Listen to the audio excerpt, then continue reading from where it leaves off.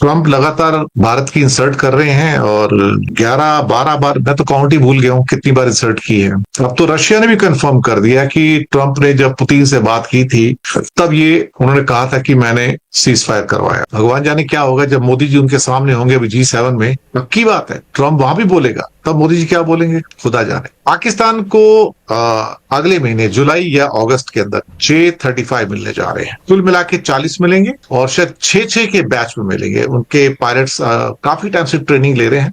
दोस्तों, जैसा कि पिछली वीडियो में हमने आपको बताया था कि चाइना जो है वो अपने 5th जनरेशन के लेटेस्ट टेक्नोलॉजी के जो फाइटर जेट्स है J-35 वो पाकिस्तान को देने जा रहा है और इसकी तस्दीक अब इंडियन मीडिया जो है वो खुद भी कर रहा है। दोस्तों, भारत के प्राइम मिनिस्टर नरेंद्र मोदी को अगर हम सरेंडर मोदी कहेंगे तो ये गालिबन दुरुस्त होगा। सरेंडर मोदी इसलिए क्योंकि मोदी ने भारत के प्राइड और उनकी डिग्निटी, जिस पर उनको बड़ा मान था, उसको सरेंडर कर दिया है, ना सिर्फ पाकिस्तान के सामने बल्कि पूरी दुनिया के सामने। नरेंद्र मोदी की जो पॉलिसियां हैं उसने भारत को पूरी दुनिया में बदनाम करके रख दिया और इसकी इज्जत को खाक में मिलाकर रख दिया है।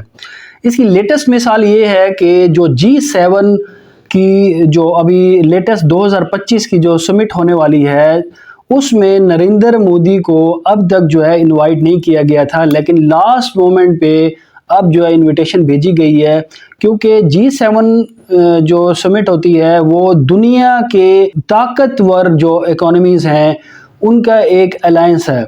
भारत पिछले 6 बरस से जो है वो इसमें शिरकत कर रहा है और मोदी जो हैं वो बड़े शौक से और बड़े इत्माम करके जो है वो इस समिट में शिरकत करते थे और फिर इनका जो मीडिया था वो बड़े फ़ख्र से पूरी दुनिया में ये बात कहता था कि भारत जो है वो एक नई इकोनॉमिक पावर जो है वो बनकर उभरा है और साउथ एशिया में एक बहुत बड़ी पावर है। लेकिन इस बार इनको अच्छी तरह जलील किया गया है और इनकी जो इनविटेशन थी उसको एक्सटेंड किया जाता रहा और आखिरी मोमेंट पे जो है वो मोदी को जो है अब इनवाइट कर लिया गया है। अगर आप मजीद इस तरह की वीडियोस देखना चाहते हैं तो प्लीज़ मेरे चैनल को लाइक करें और सब्सक्राइब करें। चलते हैं वीडियो की तरफ। अगर आप मेरे चैनल पे नए हैं तो प्लीज़ मेरी वीडियोस को लाइक करें, सब्सक्राइब करें मेरे चैनल को, ताकि आप मेरी हर आने वाली वीडियो को देख सकें। ट्रम्प लगातार भारत की इंसल्ट कर रहे हैं और 11-12 बार, मैं तो काउंट ही भूल गया हूँ कितनी बार इंसल्ट की है। अब तो रशिया ने भी कंफर्म कर दिया कि ट्रम्प ने जब पुतिन से बात की थी तब ये उन्होंने कहा था कि मैंने सीज फायर करवाया। भगवान जाने क्या होगा जब मोदी जी उनके सामने होंगे अभी G7 में। पक्की बात है ट्रम्प वहां भी बोलेगा, तब मोदी जी क्या बोलेंगे खुदा जाने। पाकिस्तान को अगले महीने जुलाई या अगस्त के अंदर J-35 मिलने जा रहे हैं। कुल मिला के 40 मिलेंगे और शायद 6-6 के बैच में मिलेंगे। उनके पायलट्स काफी टाइम से ट्रेनिंग ले रहे हैं चाइना के अंदर। तो टोटल 40 करीब करीब एक बैच में 6 आएंगे तो बहुत जल्दी इनकी डिलीवरी जो है शायद हो सकता है 6-8 महीने में पूरी भी हो जाए। नाम नरेंद्र काम सरेंडर, तो पूरा का पूरा अमेरिका के सामने जो सरेंडर। और ईद मुबारक हो सबको। तो इंडिया की इंसल्ट कर दी है और लगातार मोदी चुप है। अब कई बार जो होता है ना कि जो अब उनके बारे में जो टर्मिनोलॉजी निकली है नाम नरेंद्र काम सरेंडर, वो ऑलमोस्ट अब सही प्रूव हो रहा है। कभी कभी ऐसा होता है कि जवाब देना भी जरूरी होता है। और अब जबकि ट्रम्प की पुतिन से जब बातचीत हुई 2 दिन पहले और फिर आज दिन में क्रेमलिन यानी कि रशिया का स्टेटमेंट आता है और उसमें कहा जाता है कि हाँ ट्रम्प ने कहा था कि मैंने सीज फायर करवाई है।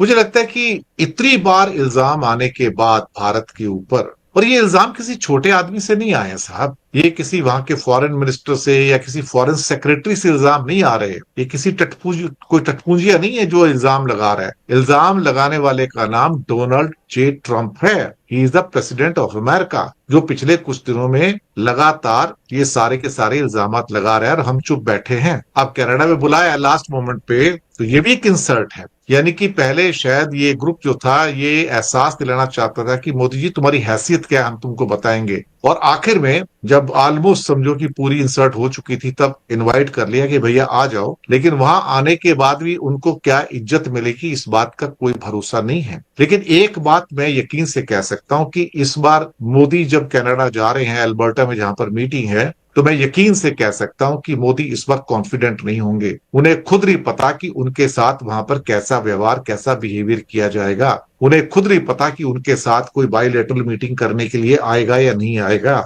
उन्हें खुद नहीं पता कि उनको क्या भाव दिया जाएगा। उन्हें खुद नहीं पता कि वहां पर कोई मुझसे ढंग से बात करेगा या नहीं करेगा। उन्हें नहीं पता कि मेरी बात कोई सुनेगा या नहीं सुनेगा। उसका एक बहुत बड़ा रीजन ये है कि G7 का जो मीट होता है उसमें कुछ और भी हेड ऑफ स्टेट्स आते हैं, साथ में EU भी आता है, उसमें यूरोपियन यूनियन के लोग भी आते हैं। लेकिन वो एक आर्थिक मंच है, इकोनॉमिक मंच है। और मुझे यकीन है कि मोदी जी को अगर वहां कोई बातचीत करने का मौका मिला तो मोदी जी वहां पर जाके फिर से पाकिस्तान और टेरर की बात करेंगे, जो शायद वहां के लोगों को मंजूर नहीं है। अमेरिका तो बिल्कुल नहीं चाहेगा कि आप वहां पर टेरर की बात करो और साथ में जाके पाकिस्तान की बात करो। उसका जवाब उसने यूनाइटेड नेशन की सिक्योरिटी काउंसिल में पाकिस्तान को को चेयर पर्सन बना के बता दिया आप। लेकिन इंडिया में जो पिक्चर दिखाई जाती है टेलीविजन चैनल पे वो पूरी तरह से डिफरेंट है, और जो पिक्चर यूरोप के पेपर से निकल के आती है, अमेरिका के पेपर से निकल के आती है, वो पूरी तरह डिफरेंट है। तो चश्मे अलग अलग हैं। लेकिन मोदी को वहां पर क्या भाव मिलेगा, क्या नहीं मिलेगा, उसे बाजू में हक कर दिया जाएगा। और तब क्या होगा जब मोदी सामने बैठा होगा और साथ में और 10 हेड ऑफ स्टेट्स बैठे होंगे,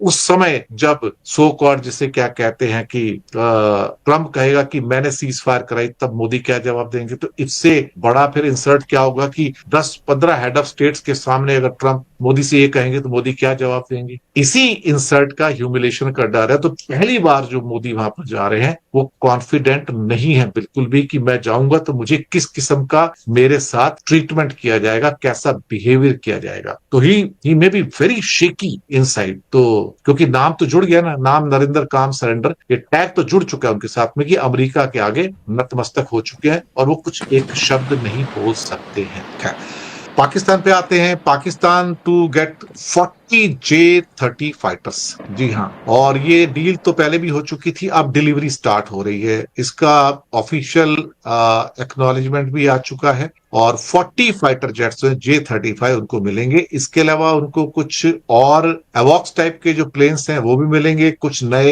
एयर डिफेंस सिस्टम भी मिलने जा रहे हैं और साथ में कई और चीजें हैं जो उनको मिलेंगी। इसमें KJ-500 एवॉक्स जो एयरक्राफ्ट हैं वो मिलने जा रहे हैं, HQ-19 ballistic missile defence system वो मिलने जा रहा है। इसके साथ कुछ हेलीकॉप्टर्स और कुछ और चीजें भी उनको मिलने जा रहे हैं। अब सवाल ये पैदा होता है कि उनके जो फाइटर पायलट जेट्स हैं, सारे के जो फाइटर पायलट्स हैं वो तो हमें चाइना में ऑलरेडी ट्रेनिंग ले रहे हैं और पहली डिलीवरी जो है वो जुलाई के एंड में या अगस्त में मिलेगी इनको। ये भी ऑलमोस्ट कंफर्मेशन हो गया है। और 40 को इसमें पहले पहले जो बैचेस आएंगे, 6 एयरक्राफ्ट के बैच आएंगे। 6 कहा जा रहा है, ये मतलब जो इनिशियल इंफॉर्मेशन है, हो सकता है कंफर्म ना हो। तो यहाँ पर 6 के जो बैचेस होंगे वो उनको मिलना शुरू होगा, यानी कि मुश्किल से 1-1.5 महीना रह गया है जब उनको J-35 मिल जाएगा। स्टेल्थ फाइटर है, 5th जनरेशन का है। तो पाकिस्तान इंडिया से जो एयरक्राफ्ट जो है, फाइटर एयरक्राफ्टों से 10-12 साल आगे निकल जाएगा, unless India also buys 5th generation readymade fighter aircraft from somebody. तो चाइना एकमात्र ऐसा कंट्री जिसके पास 2 इस समय जो कहते हैं कि स्टेल्थ फाइटर्स हैं, उसमें एक J-35A है जो पाकिस्तान को मिल रहा है, दूसरा J-20 है। J-20 तो ऑलरेडी उनकी सर्विस में करीब 200 तो इस टाइम ऑलरेडी उनके पास है, 100 और ऐड होने जा रहे हैं वहां पे। बहुत तेज गति से चाइना ने J-20 को इंडक्ट किया है, वहां पर करीब 200 है वहां पर। टोटल शायद 300 हो चुके होंगे अब तक, इसमें हो सकता है। लेकिन एक बात तो सही है कि पाकिस्तान की एयरफोर्स इससे उसको काफी स्ट्रेंथ मिलेगी और इंडिया को उनकी स्टेल्थ जो पावर है उसको काउंटर करने के लिए पैसा दे दे मेरे को, या मिनरल के रूप में दे दे। पुतिन बड़ा रहस्यमय कैरेक्टर है भाई, वो KGB का आदमी रहा है, उसकी कोई चीज बाहर नहीं है। वो जो बाहर दिखता है ना जितना है, वो आपने आइसबर्ग देखा है ना, आइसबर्ग जिससे टाइटैनिक भी टकराया था, तो जितना समुद्र के ऊपर नजर आता है ना, उससे 1000 गुना नीचे होता है वो समुद्र में, 1000 गुना से भी ज्यादा होता है। तो ये पुतिन वो चीज है। तो जितना ऊपर है ना, उससे 1000 गुना ज्यादा समुद्र के अंदर है वो। उस आदमी को पहचान पाना बहुत मुश्किल है भैया, इतना आसान नहीं है। और मुझे तो अब ये डर है कि यूक्रेन कितना बचेगा, कितना हिस्सा बच पाएगा और कितना हिस्सा पुतिन लेके चला जाएगा। पुतिन का तो एक्चुअली ख्वाब ये है कि गोर्बाचेव ने सोवियत संघ को तोड़ा था और मैं वापस उनको जोड़ दूं, एक एक करके जितने हिस्से मैं तोड़ के वापस ला सकता हूं उतना लेके आ जाऊं। क्राइमिया तो उसने पहले ले लिया था, आपको पता ही है। और अमेरिका भी कहता है क्राइमिया तो उसी का, अब आप कुछ नहीं कर सकते। अब उसके बाद ईस्टर्न यूरोप भी ले चुका है, अब उसके बाद और तोड़ रहा है उसको कि कुछ और जो बचा खुचा वो भी तोड़ दूं, और हो सकता है सारा यूक्रेन ही अपने आप पूरा रशिया मिला लूं, ये भी हो सकता है। तो पुतिन साहब के बारे में क्या कहूं, दुनिया के सबसे रहस्यमयी व्यक्तित्वों में से एक है वो, one of the most secretive person. मैं आपको बताऊं, मोस्ट सीक्रेटिव पर्सन। मैंने कई बार उनके बारे में विकिपीडिया पे पढ़ा, कई जगह गूगल पे जो भी मटेरियल है, लेकिन जो भी मटेरियल है वो जो आपके सामने जो आता है वहां पर अखिल पाशा साहब, बहुत लिमिटेड है मैं बताऊं, क्योंकि उसके पीछे की जो स्टोरी है ना, उसके पर्दे के पीछे की जो स्टोरी है वो किसी फिल्मी थ्रिलर से कम नहीं है। और क्या कहूं उसके बारे में, देखेंगे कभी टाइम मिलेगा कुछ और रिसर्च करेंगे तो लेके आएंगे उसके